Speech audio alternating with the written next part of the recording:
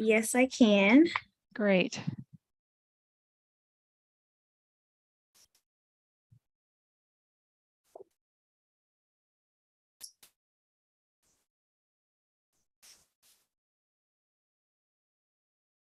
Okay, awesome.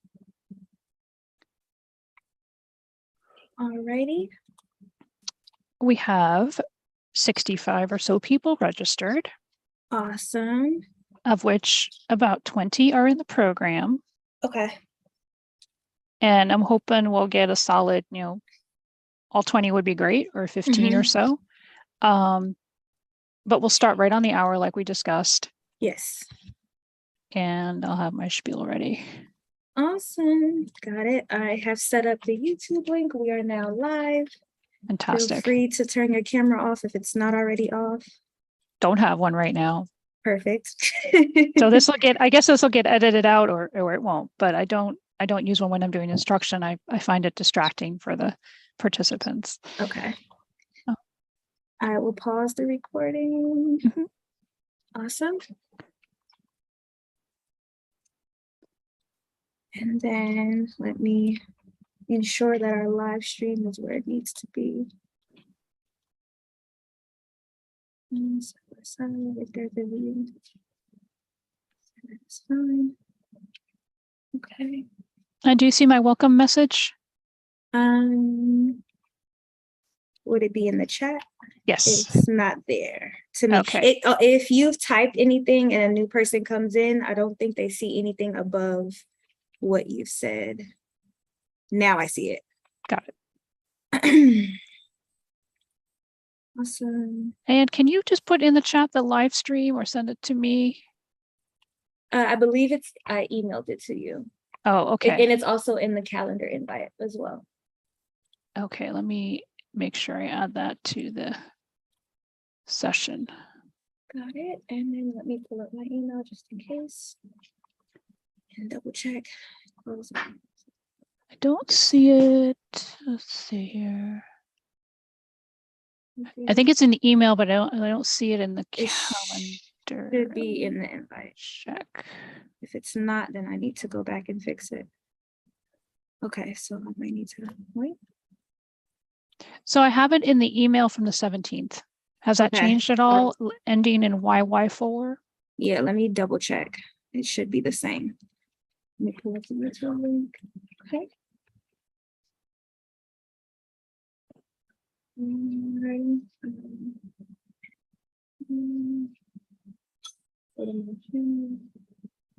Here and this.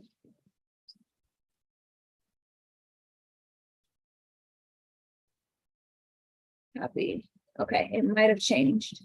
Ah, okay, good to know. Okay. And let me look. Awesome. So I'm going to drop it in the chat for you. Great. Let me see if I pull this up. What does it show? Yeah, no, that's not the right one. So it is this one. Okay, so it is a different link. Okay, good to know. Awesome. Are we going to see participants as they come in or no in this? Because right now I see just the two of us. Yeah, so you'll see the numbers come in, and if folks have their cameras on, you'll be able to see that as well. Okay. And I'm going to on Zoom. And on Zoom, there is the message. Okay, there you go. That should be the YouTube link. Oh, it is different. Yes. Okay, I'm going to add this to my calendar. Awesome.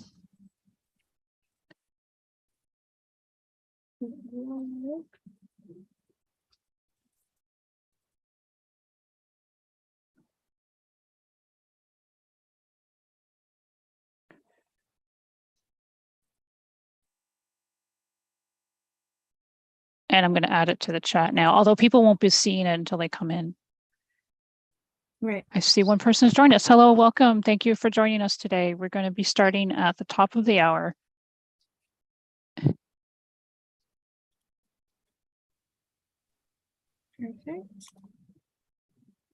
I have started recording. And the closed captions are on, so we are good to go there.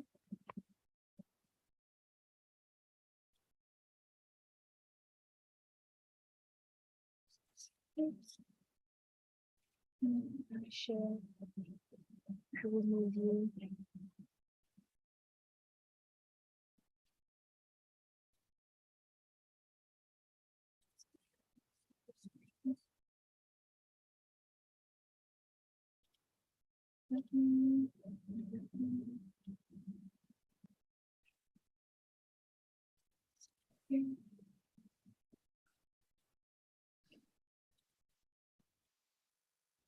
Alrighty, 9 minutes to go and we'll be able to get started.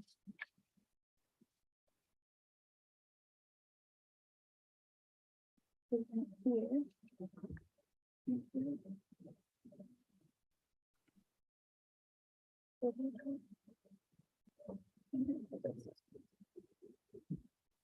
I'm going to go ahead and mute myself and wait till more folks come in, and then I'll unmute. Awesome.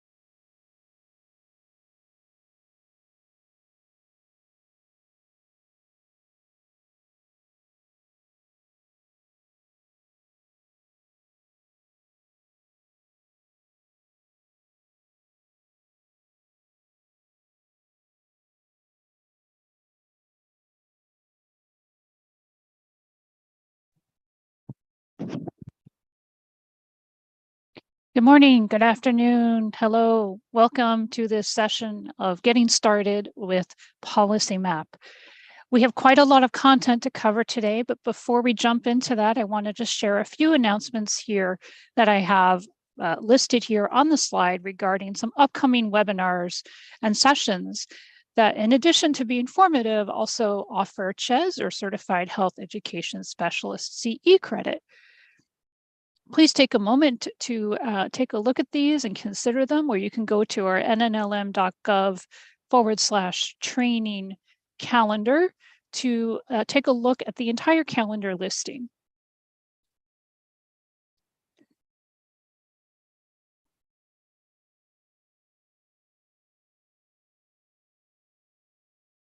If you're joining us from one of the public health departments, organizations in our program, you may see your name listed here. I just want to give some context for today's session. So we have over approximately 30 organizations and departments in our program here that are members of the Public Health Digital Library and that are managed and supported by our office, the National Public Health Coordination Office, which is part of the larger network of the National Network of the Library of Medicine. If you are from outside one of these organizations, I just want to let you know that today's session will be focusing on folks who are members of the PHDL coming from one of these organizations that's listed. And if your question is more detailed or takes more time, we may have to refer you to either our presenter or our presenter's colleague to get that question answered, as we really want to focus on the public health framework around this particular session. So for those of you who've registered from the PHDL, thank you for attending. Again, as I mentioned earlier in the chat, the live stream is available and will be available later after the session as a recording. And for those who are from outside the program, I hope you'll find this informative and instructive and get something out of it. So let's get started. So welcome. If you're interested in Policy Map, using Policy Map, getting some nuances and ins and outs of accessing the information in regard how to use it, create different custom maps and that sort of thing, you are in the right place. And Jasmine McNeese is our presenter for today. And in addition, we have Brian Blacker, also from Policy Map, who's in supporting role to answer any extra questions that come up during the session. So just a few details today. I mentioned earlier about the focus of our session. I'm going to explain our learning objectives, and I'll briefly show you where to find Policy Map. And let's get started. So following the session, a PDF will be provided of the slides that I've made available with useful links, and there'll also be a support slide that will be sent to you, in addition to a link to the evaluation, as well as the link to the live stream / recording. If you want to, and you're at your public health department, or you're on the VPN, or you want to log into your PHDL account, you can go ahead and navigate to Policy Map now to access the resource and follow along with the demos. And to clarify, there is no MLA CE credit for this instruction session.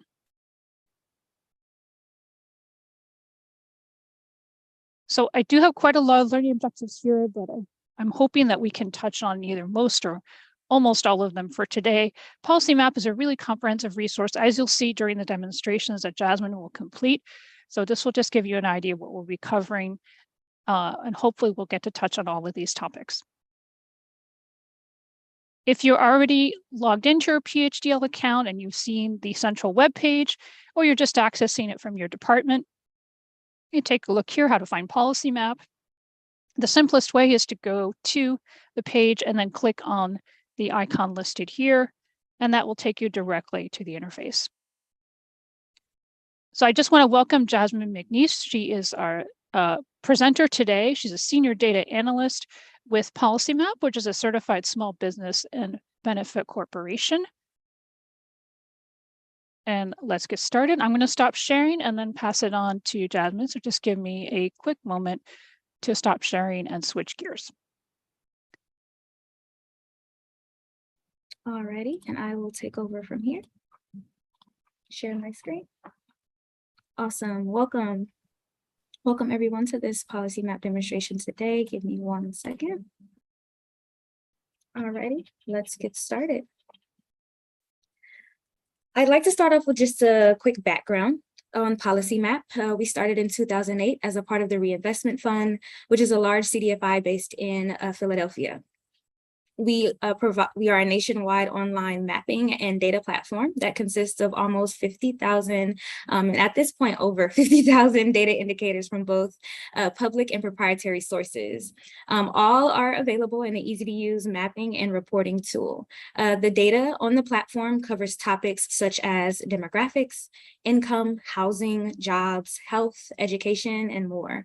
Policy Map has been used for research, market studies, business planning, site selection, grant applications, impact analysis, you name it. Our subscribers include federal, state, local government agencies, universities, nonprofit organizations, community development financial institutions, as well as a whole host of other organizations that have an interest from the healthcare and public health sector as well. So welcome.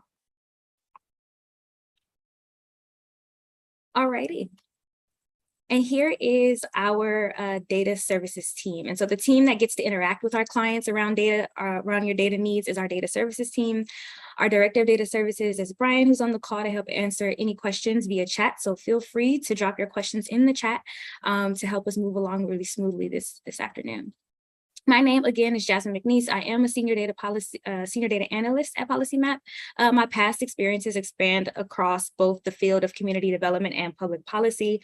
I have a master's in public policy, a master's of science, and a PhD in public affairs and community development. And so any info about our entire team, just so you know, can be found on our Policy Map website, and we're always here to help.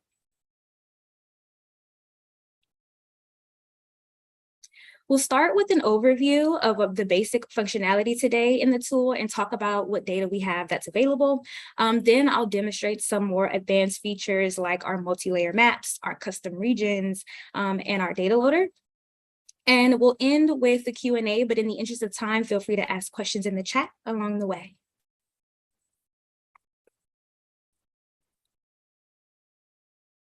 Without spending too much time here, I did just want to share a few indicators that we do have on the platform that may be useful for you.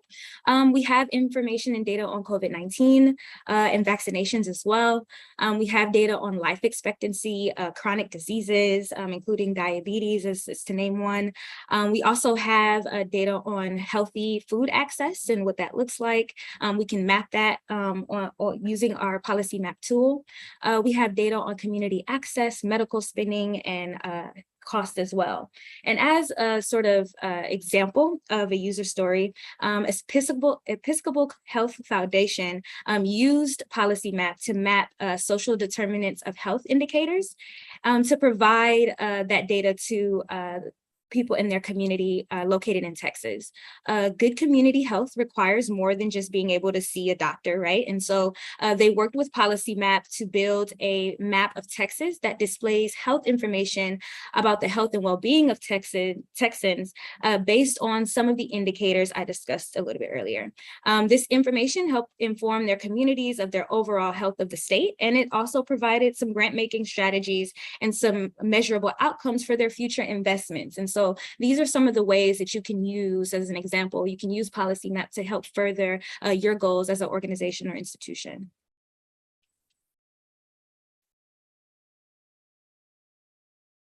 Now, one of the newer indicators that we have on Policy Map that centers the social determinant of health indicators is the Area Deprivation Index. The Area Deprivation Index is one of the newest indicators on Policy Map, but has been used as a way to get at some of those concerns. Developed by researchers at the University of Wisconsin School, they published the Area Deprivation Index to summarize the social determinants of health in a neighborhood to be able to note socioeconomic conditions that can contribute to poor health outcomes. Here, you can see a map of the Area Deprivation Index mapped onto the Detroit area of Michigan. And so as you can see, the red areas show high deprivation and the blue areas show lower deprivation. So this is a way for you to sort of get at what areas need the most attention at a point in time. And so that's one of the use cases that you can use when using Policy Map as our tool. So I'm going to take you to Policy Map. It's time to actually look at what that looks like here. I'm going to exit out of this screen and pull up and pull up policy map for you all to be able to visualize and see. And again, if you have any questions, feel free to drop them in the chat along the way. When you come to the website, you should see this. It should look like this. And you see this button here at the top says Open Map. And so you want to go ahead and click that button. And it will take you to our policy map webpage or our platform. And then we'll ask you to log in. So you'd want to log in here. I already have my credentials saved. And so that's what you're seeing here. I'm going to go ahead and put in my credentials and log in to the website. All right. Now that we're logged in, the first thing I want to go through is a few of the basics that you'll use when you come into the tool. When you open up the tool, you'll be able to see this notifications button right here. If there were any notifications here, you'd be able to see if there were new indicators that we added, if there was a new data set that was added to the platform, maybe we've changed some things. This is where you would be able to see that information since you've last entered the site. I obviously am on the site quite often, so I'm pretty much all caught up here. The other thing I want to show you is this support page. I'm going to go ahead and click on that support button there at the top.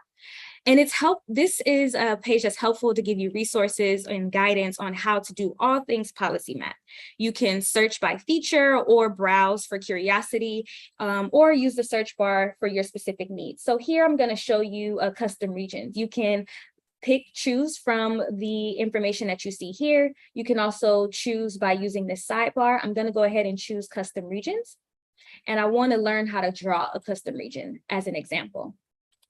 And so once you click that, you'll be able to see an actual demonstration of what it would look like to draw a custom region using our tool, so that if in an event that you are struggling or having a hard time with how to do something on our platform, this is the go-to guide for you to be able to do that and with a quick turnaround. And we also have language down here to explain exactly how to do that in a written format, if that's what works for you. The other way that you can use to search information on our tool is by typing it in. So maybe I'm really interested on how do I cite the information that I'm finding on Policy Map. I will type in, I've only have 3 letters here, but if you wanted to type in the full phrase, you could.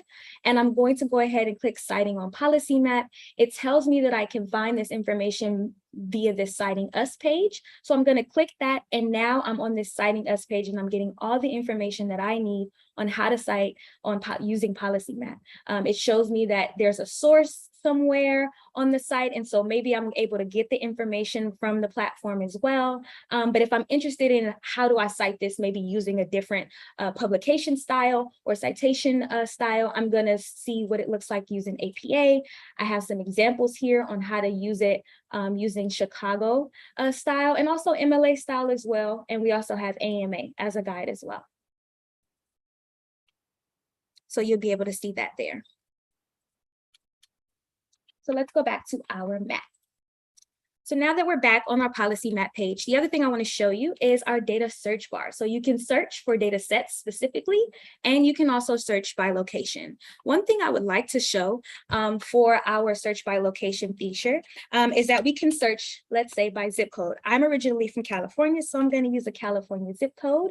And you see that the map is going to direct you to that zip code that you have typed in. But let's say we were interested in looking at more than one zip code at once. The platform is not going to allow you to do that because that is the one limitation to our data search bar. You can only search one location at once. So it's going to say not found, but it means that we are not able to do that. So I just wanted to highlight that for you there. I'm going to go ahead and delete this.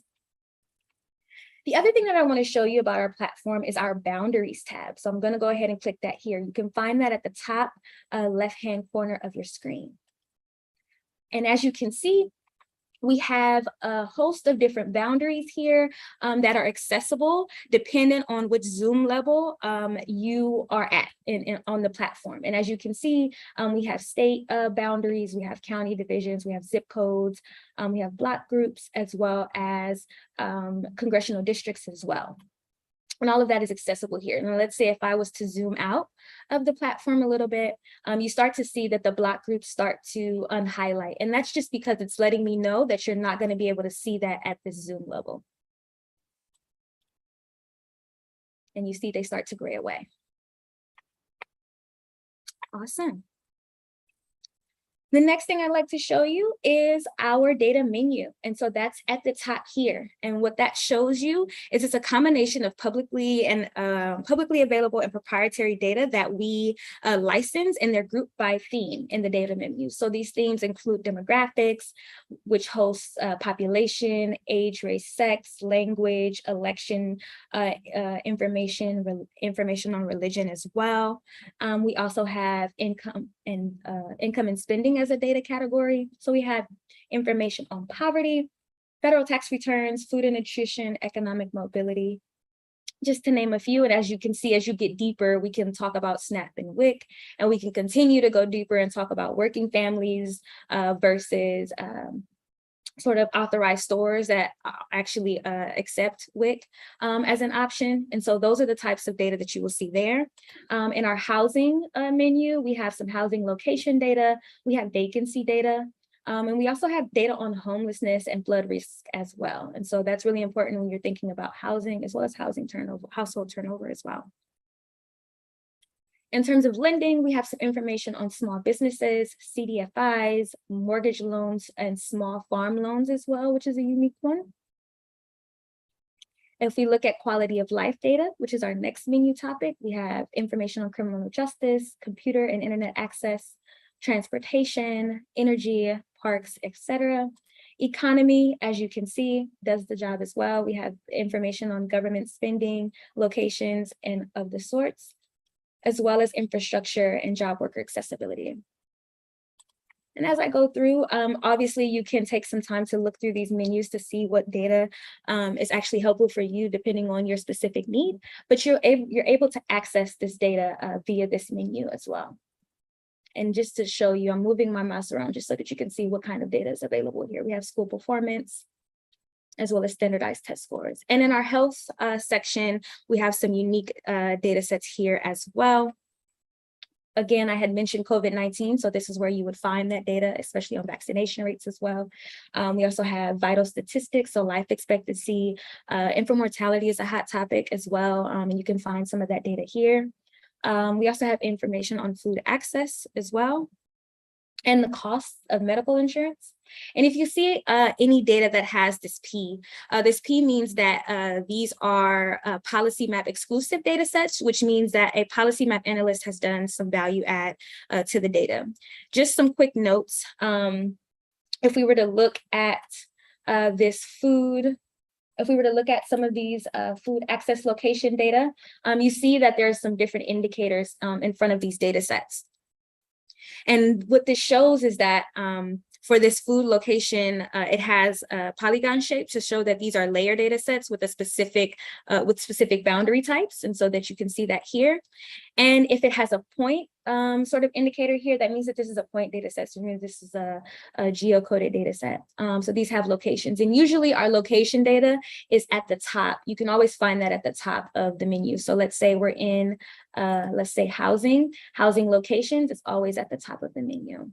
We are in, let's say quality of life locations, top of the menu. So you're able to find our location data at the top of our data menu.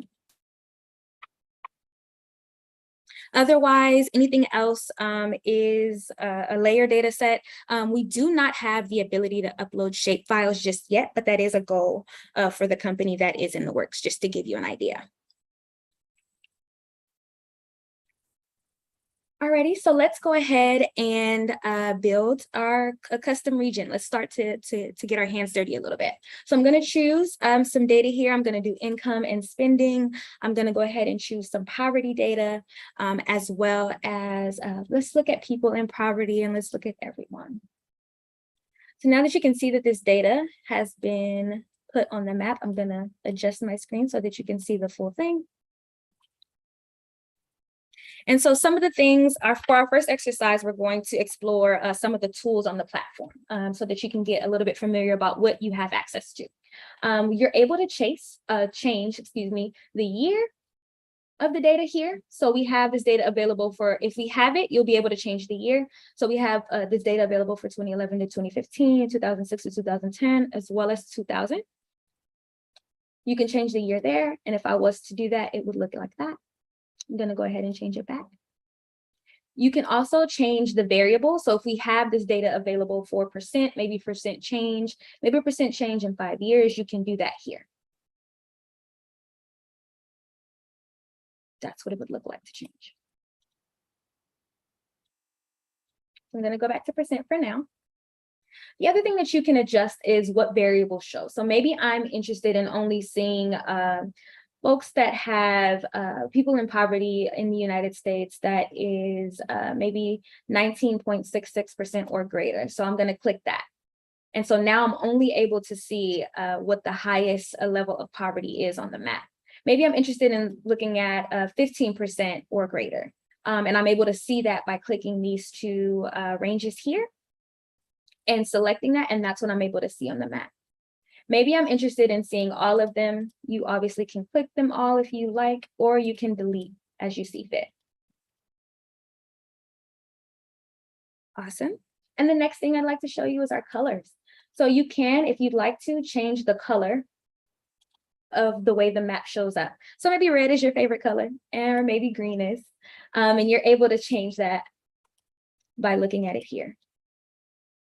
I'm going to choose purple just because I like purple and it's the policy maps color. I'm a little biased, that's okay.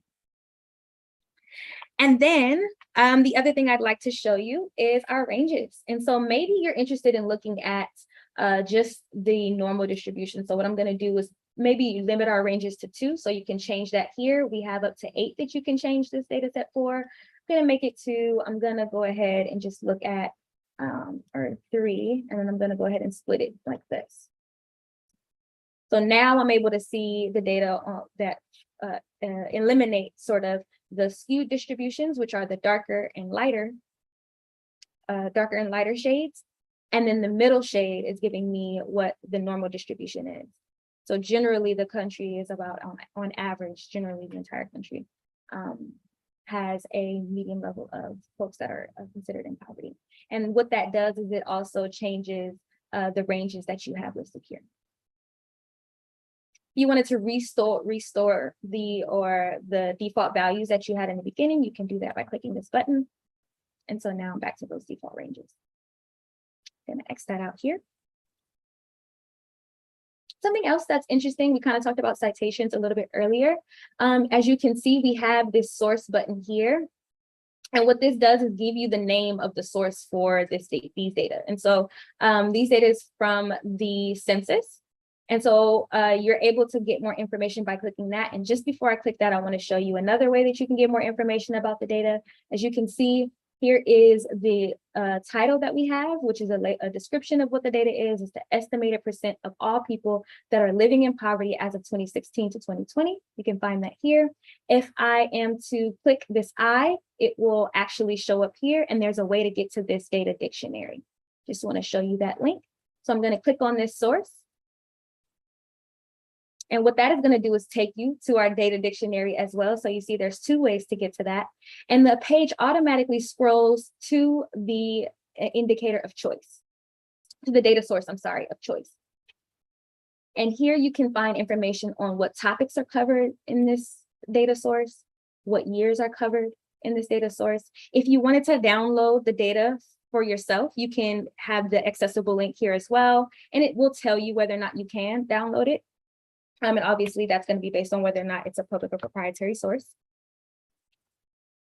And we also have a description here that gives you a detailed description about what the data is, if we've made any changes, what exactly you are to find, and how the data has been changed and why it has been changed. At Policy Map, we like to be as transparent as possible. And this is one of the ways we're able to do that, by keeping you informed on what data you have and what's accessible to you and what data you're looking at. I'm gonna go back to our Policy Map box here. A few other things I'd like to show you in terms of tools for using our map.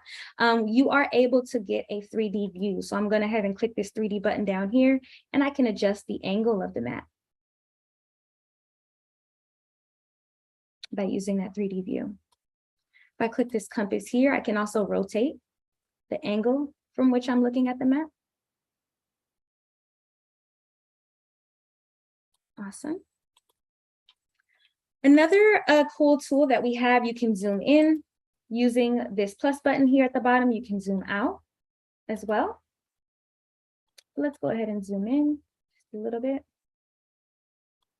Zoom in some more. And then I'm going to click this, this gear icon down here. This is our base map. And what that does is allow you to change the terrain for which you're looking at. So now we can change the way the map shows up. Maybe I'm interested in looking at a satellite view. I can do that as well and change the way the map looks. Takes a little bit to set up, but once it's there, you're able to look at it that way. Maybe I am interested in looking at, I'm going to zoom in a little bit more here. Let's look at Tulsa. Maybe I'm interested in looking at maybe some bus stops and rail stations. You see the rail stations start to pop up. I'm turning them off and on right now, so you can see that. You have all of those capabilities here in these base map settings. You can also take the roads off and on if that's something of interest you, turning them off, turning them on. You can do that as well. All of that is accessible here in the base map settings. But let's zoom out a little bit here. Maybe I'm interested in looking at Kentucky. So let's go ahead and type that in.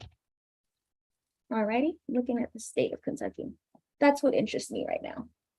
So the map is going to take you directly to your area of choice. And it's done that here. And what I would like to show, give me 1 second.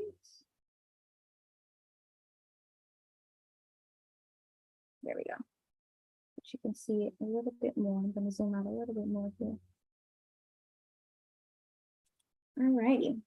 So now I'm looking at the state of Kentucky, and the indicator that we're assessing is people in poverty. And for the state of Kentucky, it looks like it's around 16.61% for the entire state.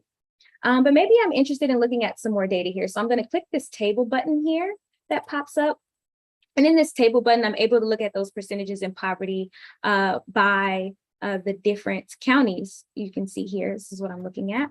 And I'm able to see that, but maybe I'm interested in seeing who has the highest or lowest value. I can click this value button here and it will rearrange those percentages for me. Again, if you have any questions, feel free to drop them in the chat. Maybe I'm interested in seeing the counties with the highest percentages. And so I'm able to click that value button and see that here. But maybe I'm interested in seeing trends. And so I can click that here. You see this trends button here at the top of this legend, but it also shows up here. So there's multiple ways to get there. And this trends basically compares the United States to the state of Kentucky. But maybe I'm interested in seeing a chart. So here there's a button that says see chart with listed locations. I can click that and I can actually see what this looks like here. And right now it only shows me the state of Kentucky, but maybe I'm interested in comparing it to the United States. And now I have two trend lines. If I wanted to export this, I could click here and it would download to my computer as a PNG. Another tool that you are able to use on Policy Map is a download, so that you can actually download this data by email, or you can download it directly to your computer. So if you click the download button, that's a way to get the data to your system. And there's also a way for you to clip boundaries. So here we're looking at the state of Kentucky, but maybe I'm not interested in anything else but that. So I'm going to go ahead and clip. And what that does is cut away everything else and allows me to just focus on my area of choice. What I can do from here is maybe I'm interested in creating a report. And so what I will do, I'm going to go ahead and unclip. I'm going to go ahead and generate a report, and I'm going to go ahead and click community profile. Obviously, we have other reports there as well, and they're also listed here that you can be interested in. But we see our clip boundary that we were interested in. We're going to go ahead and click generate a report because we want to see some more information and some more details about the state of Kentucky. And so with our reports are predefined. And what they allow is for you to get information specifically on the area that you're interested in. And so here you see population trends over time. You can see racial characteristics. So we have data from 2000 to 2020 for the state of Kentucky. We also have demographic information around age, the number of people in those age groups, and it's broken down by percentages. This information is really, really helpful, especially when you're trying to apply for grants, or if you're trying to fill out applications of some sort. These data is really easy for you to access, and we also give you the source and how it's aggregated. I'm going to continue to scroll. We have information on immigration as it is available, depending on which data set you choose. We also have it for families and households, housing type, vacancy, employment. So we have some data here on employment, unemployed, in the labor force, by cities, which is amazing. And so this is another tool that you have within the map. Maybe I want to go back to the map because I'm not done yet. And so I'm going to go ahead and click this button here that says return to the map. And it brings me right back to where I started. And so maybe I'm interested in clipping this. And then maybe I'm interested in printing my map, let's say. You're able to print your map by this little printer icon. And what it does is give you exactly what the boundary that you've highlighted, if you highlight a boundary at all. And then it also gives you the data and the legend that has been updated, right? Remember when I changed my ranges to 3, I'm also able to move these pieces around the board because maybe I want them to be something different or be in a different space so that it's easier to read. I also can edit this title if I see fit. You can see that here, I'm editing. You can do all of that within this screen. You can also increase your text size. So maybe it needs to be larger so it's easier to see. Maybe I want it to be a portrait shape. You can do that as well. And maybe I'm interested in exporting this as a PNG rather than a PDF or vice versa. You can do that here. And then you can also include the description of the data layer as well if you'd like to, or the title. You can also remove that as well. And you'd export as either a PDF or a PNG. All of those features are here within Policy Map. But what about the custom regions? Now we know what the tools are, we know our way around the board, but how do we get our custom region? Well, there's a button here that says custom regions right at the top. I'm gonna go ahead and click that. And I'm going to click, I've obviously created a lot of custom regions. It says view my regions, but this button next to it says create a region. And so what I want to do is draw. You also have the availability to assemble a region or do a radius region. I'm going to go ahead and draw it, click continue. And I'm going to start, it's telling me to click to connect my points. So that's what I'm going to do. And I am going to choose the area just outside of Kentucky, just because I felt like there were higher instances of poverty outside of the boundaries that I originally chose. And so I'm going to go ahead and click continue. After I've done that, I'm going to name my shape and say geo area. That is my new shape. And then I can write a description, poverty, that I see fit. I can change the transparency of this. So now it's a little bit darker and denser. Maybe I want it to be a little bit lighter. I can change that there. Maybe I don't like the color. Maybe I want it to be outlined in blue. I can do that as well. You can also edit your shape if you've made any mistakes, and I'm going to go ahead and save it. And when I save it, I have the same abilities with my custom region as I did when I was trying to create my boundary originally. And that is one way to create a custom region. Now you can, just a quick note, that you can get a community profile for your custom region as well as just for any general boundary on the on the Policy Map platform. Now that wraps up our first walkthrough of the single layer mapping tool. I'll break briefly to remind you to put your questions in the chat and give you a moment to get those in before we go to our next demonstration. I'm going to go ahead and reset our map here. I'm going to press this reset button. If you have any questions, feel free to put them in the chat.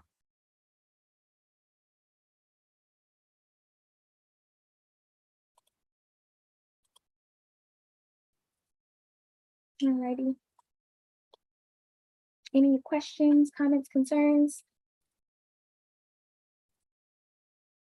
Don't see anything moving. All right, I'll give you one more minute and we'll go ahead and move on to our multi-layer maps.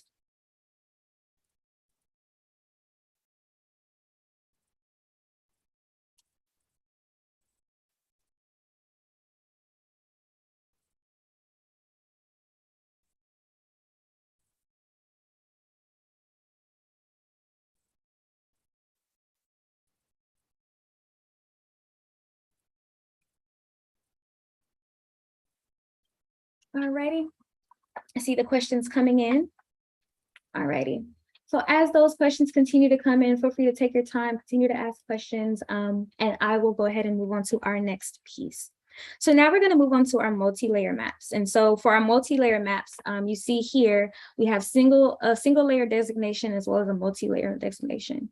Right now, we're currently in our single layer designation. And how would I know if we change to our multi-layer? Well, I'm going to go ahead and click multi-layer here. It's going to ask me if that's what I really want to do. I'm going to say, okay.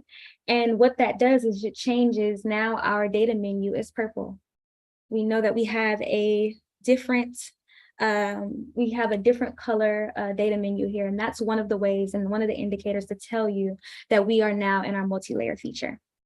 And for our multi-layer feature, you can add up to 5 indicators at once outside of the point data sets. And so I'm going to go ahead and start to add some data here. So the first is, let's look at health. Let's go ahead and do health facility locations. Let's add some nursing facility data to our map. As you can see, it starts to populate. I'm also going to add some risk factor data.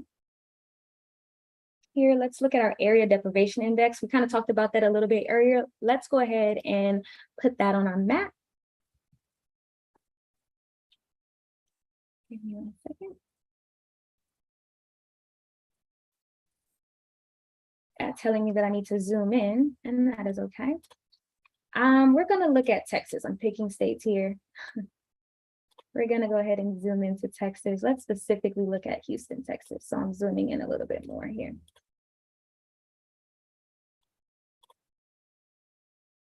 Our area deprivation index is at the block group level. So the system is telling me that I need to zoom in a little bit more in order to see the data a little bit more clearly. And as you can see, it starts to populate a little bit better. Awesome. And then let's go ahead and add some demographic information. I'm interested in, let's do race, ethnicity, diversity. Let's do predominant race and ethnicity. Let's add that data here.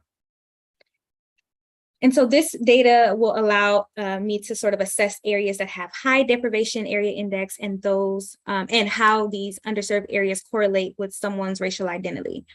So that's the sort of data that I've chosen, and that's what we'll be looking at. So I'm going to deselect all the data for now. So that we can sort of talk about it. And we sort of talked about the index a little bit earlier, but if you need a refresher, you can always click the I to figure out, get an understanding of what type of data we're actually looking at. And as you can see, there's a description here telling you that this is the 2020, this is the updated data. So now we're looking at the area deprivation index score in 2020. And then the areas on the map are ranked against other areas in the state, and the state scores represent deciles, and in other words, they are divided up into groups of 10 that are the same size, where 1 is the lowest rate and of disadvantage and 10 is the highest rate of disadvantage. So now it's giving us information on how these scores were ranked. And if you want information, again, you were able to get that link via our data dictionary. So I'm going to type in a location again. We're interested in Houston. So now we have that boundary set up. Now you can see for sure. I'm going to go ahead and zoom back in just so you can see. That is the area we are working in. I'm going to zoom back in here. Awesome. So now we're looking at Houston. Once you've added your data to your map, one of the things to pay attention to is this and or functionality here at the top. The and will show you data that is intersecting, and it gives you a sort of highlight so that you can, if you don't remember, you can always hover and it'll give you a little bit of an explanation there. But I'm really interested in overlapping data so that I can see how, where is there a connection or relationship between where people live and the areas that are considered high, have to have a high deprivation area index.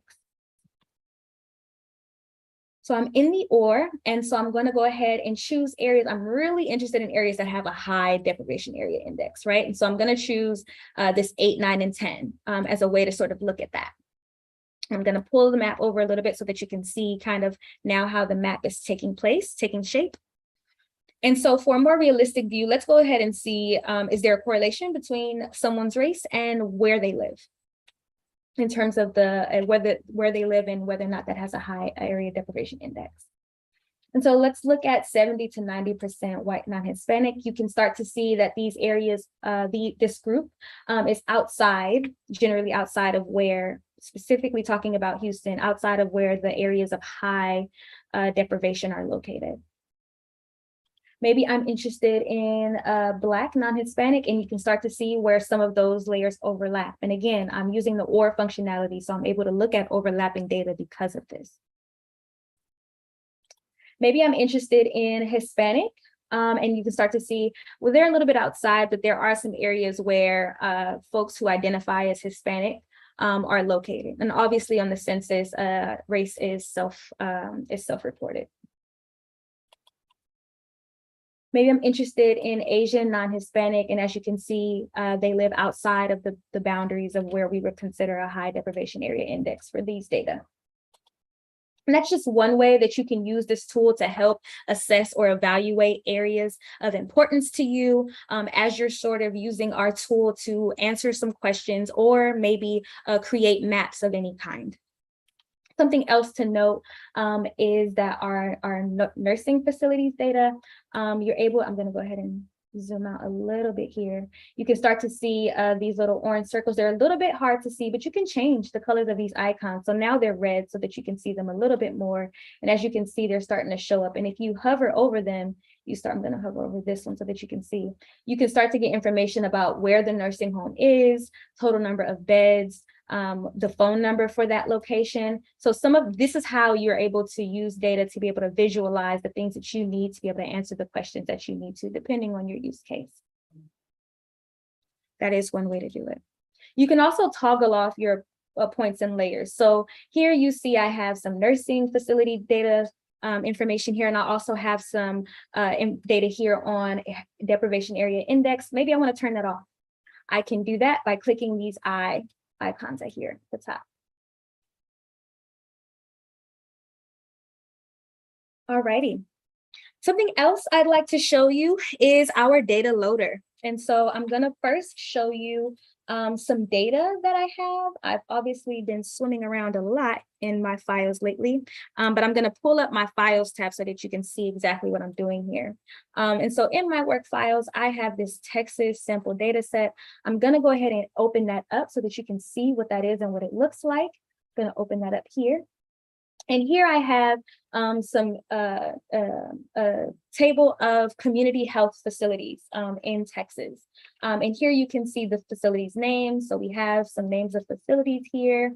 I also have some address level data that you can find here, and I have the actual addresses. One thing to note is that in order to geocode in our system, we are not able to geocode PO boxes. So anytime that you're trying to put data into our system, try to get the most accurate address information as you possibly can. In terms of our cities, we have this Houston, we have Brookshire as another city here for one of our community health centers. We have some zip code, age groups served information. So some of these community health facilities serve young adults, gender as well, gender served. Which is probably more like sex, but male and female, whether they serve males only, that's another This looks like Texas Alcoholism Foundation Incorporated only serves young adult males. That's something that you can, information that you can get using these data. So now that you've seen my data a little bit, let's go ahead and upload that into our system. As you can see, that's my file there. How do you do that? Well, you go to this My Data tab here. I click on it. I go to upload more data. I've obviously been uploading data in this system a lot, but you see that it gives you sort of a date of when it's uploaded and the name of the file.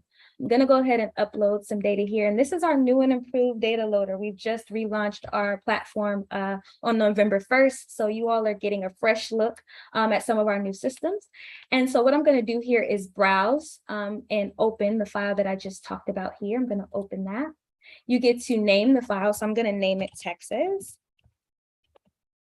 And then I can also change my viewing permissions. So here I can set it to view myself only, but maybe I want to send it to some individuals. And so I'm going to go ahead and send it to my colleague.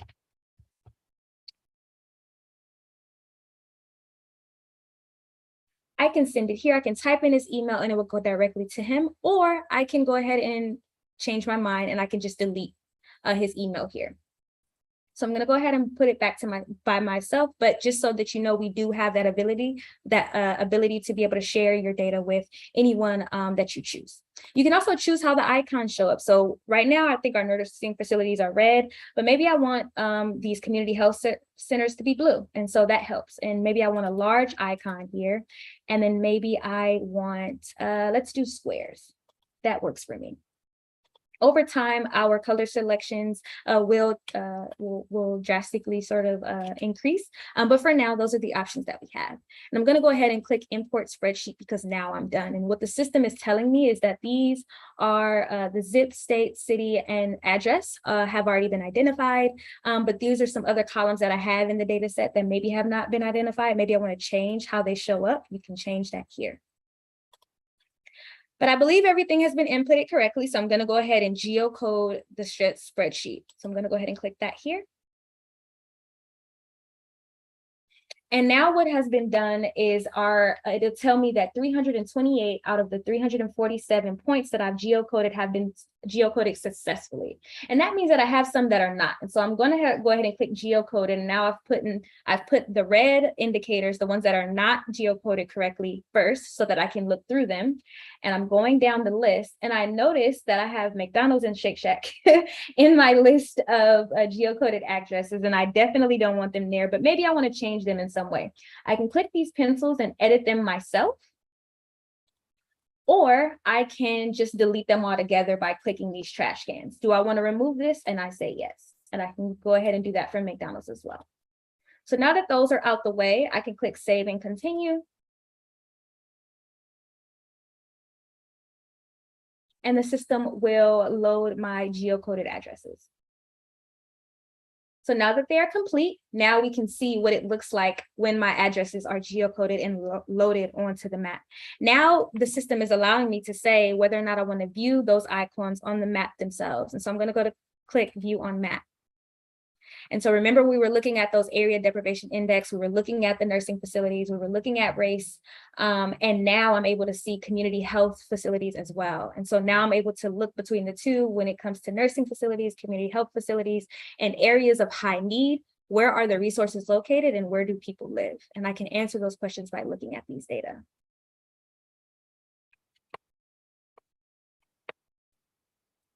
Awesome. And so now that we have gone through a majority of the demonstration here, I'm going to go back to presenting to you all. So a couple things that I want to note here. There are a bunch of things that I can show you on this platform. We also have an embedded mapping tool where you can use HTML code and embed a map that you've created onto your own personal website if you'd like. We also have the ability to create posters with some of the maps that you create on Policy Map. So there are a lot of things that you can do here on our platform. We have yet to scratch the surface, but now you've been introduced to the tool and you can poke around as you see fit. Remember, with Policy Map, you can always start mapping instantly. You can use maps to understand data and you can make an impact as you all have already been doing. And if you need any help or additional support, We kind of talked about that sort of support tool that I started with. That link is here. There will be a PDF of these links, clickable links that'll be shared with you so that you can go back through and take your time and go through some of these helpful tips and resources. We also have webinars similar to the training that I'm going through with you all now, that you all can go back and look at for different use cases and see how folks in different fields were able to use our tool to be able to answer their research questions as well. Also, maps and blogs. So we kind of talked about Episcopal community health a little bit earlier. We have a bunch of blogs that kind of go over some of the ways that our clients have been able to use Policy Map to be able to successfully answer their research questions. We also have some support videos as well. We have a YouTube channel that has a list of some of the demos that we've done in the past, as well as some working sessions with other groups that you're able to take a look at. We also have free online training. And so for the training sessions, they happen at least twice, 2 to 3 times a week, every week. And so you're able to sign up for those as you see fit. The link to be able to sign up to those trainings is here on Policy Map online training link. And then Policy Map for community health. So maybe you're interested in specifically community health and you're trying to figure out what are some creative ways that you can sort of use Policy Map to answer any questions that you have about community health.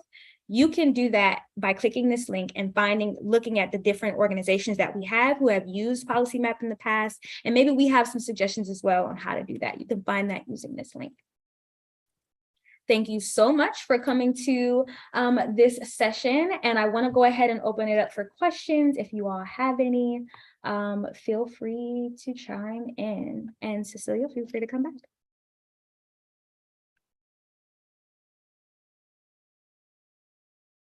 Thank you so much, Jasmine, for presenting this really informative and comprehensive session. And thank you to everyone who's already posted questions. And thank you to Brian for giving us some pretty detailed answers that I don't think I would have been able to answer those. So we do have a little bit of additional information about PHDL, as well as contact information to share with you. And we have an evaluation link, as we would like to get some feedback as to how the session worked for you, what worked, what didn't.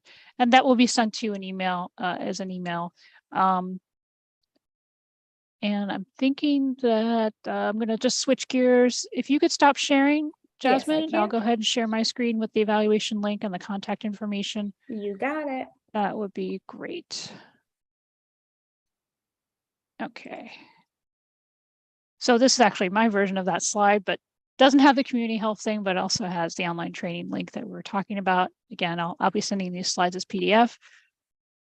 Our contact information here at the Public Health Digital Library as part of our office, NEFCO, is listed here. For general information about the Public Health Digital Library program, or you have issues with your membership or questions about access, you can email us at phdl@umsmed.edu. For questions regarding more instruction or learning, or you want to get your workforce more informed about the PHDL at your department, you can contact me at this listed email here, cecilia.burns@umassmed.edu. And for questions or inquiries regarding digital library services, accessing, or you move buildings, you have an IP address change, or something has happened within your organization that requires some technology changes in the background, you can contact my colleague Kathy.Downing@umassmed.edu. And then to learn more about the overall program, we do have our website available, which I can post in the chat, but also you can contact my manager, Javier.Crespo@umassmed.edu. For more general information, I'm listing the NNLM.gov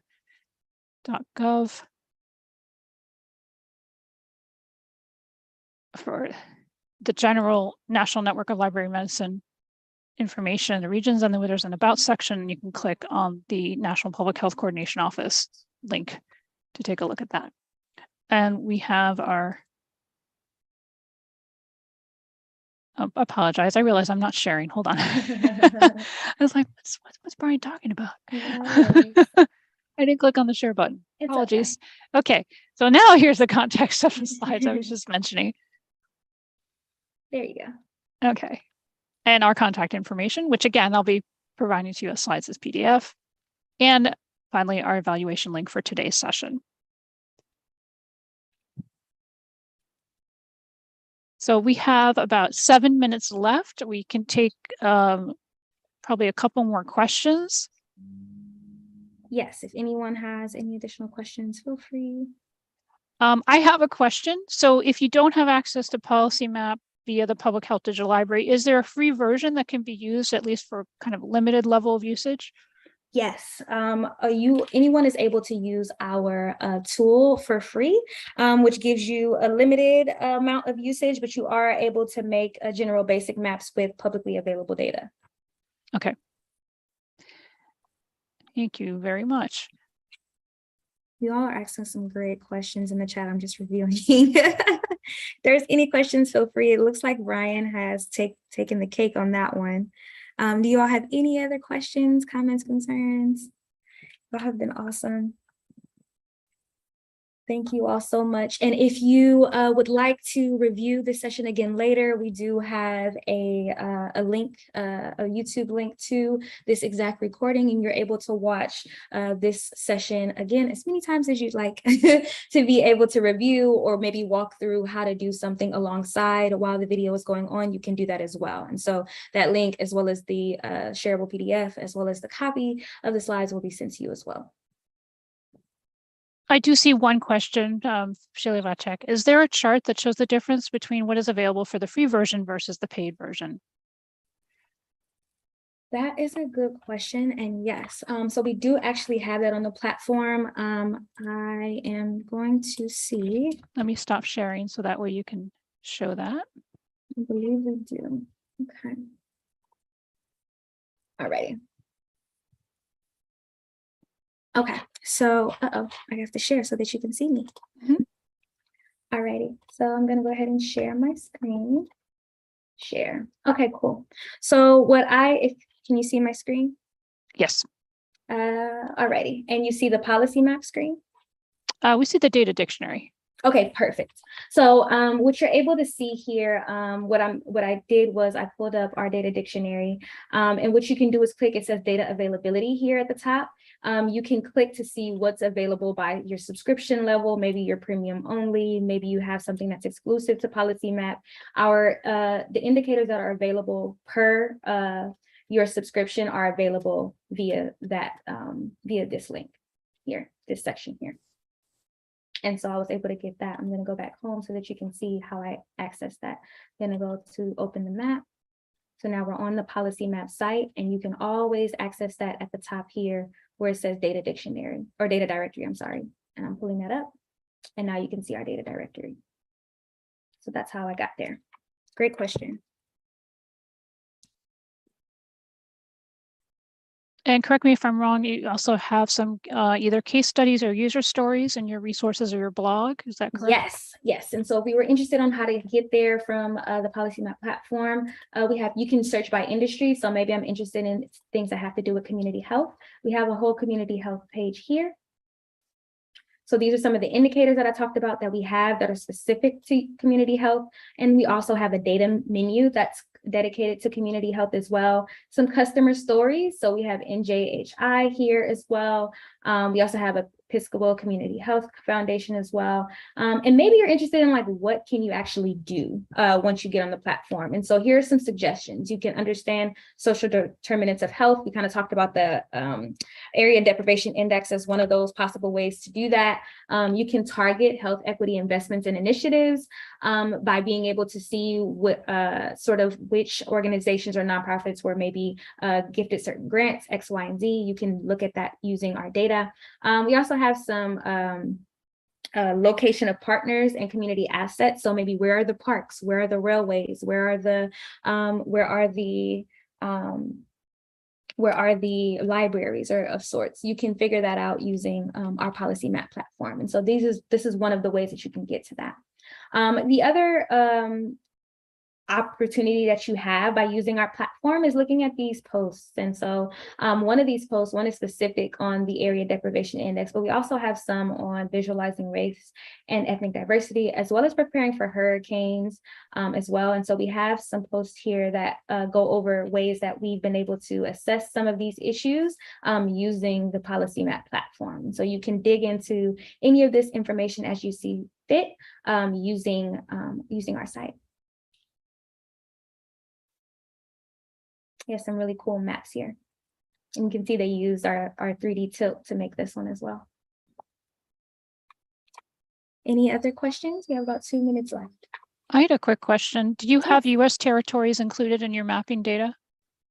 That is a good question, and I believe we do not. Do not believe we Yeah, I include. can jump in here. This is Or Brian, Brian. just to answer that. We do have so basically in terms of the data coverage in Policy Map, you will be able to see data coverage. So like most of our data is available for DC and Puerto Rico as far as Yeah. kind of outside of the states, but outside of those two, most of the data will not have coverage for like Guam or the Mariana Islands or the Virgin Islands. A lot of those territories actually have their own kind of unique sort of data collections. So like the census has its own sort of data collection for the island territories, happens less frequently, or it's collected and released less frequently and things like that. So we don't really have as much of the data coverage in the territories. Even though you can technically kind of like navigate to those locations and put boundaries on and stuff like that. So Yeah. Good to know. Awesome. Thank you so much. Thanks, Brian. Do we have any other questions before I stop sharing? We'll just give it another minute. I don't see any other questions. I'll just go ahead and give a verbal call out. This is a really great time to ask your final question. You can also, of course, email the support team if you have a more detailed question. Gonna stop sharing. Let's see if we have anything else. You all have been great. I see a lot of thank yous, and this was awesome. So I'm really glad that you all had a really good time and you all to get a lot of value out of this resource. Again, if you have any questions, feel free to reach out. But I think the first thing to do is to dig right in, start making maps, start to poke around and get a feel for the types of data sets that might be helpful to you and the types of tools that you'll be interested in using when using the platform. And you can use our support links to figure out ways that you can make them work best for you. Thank you all so much.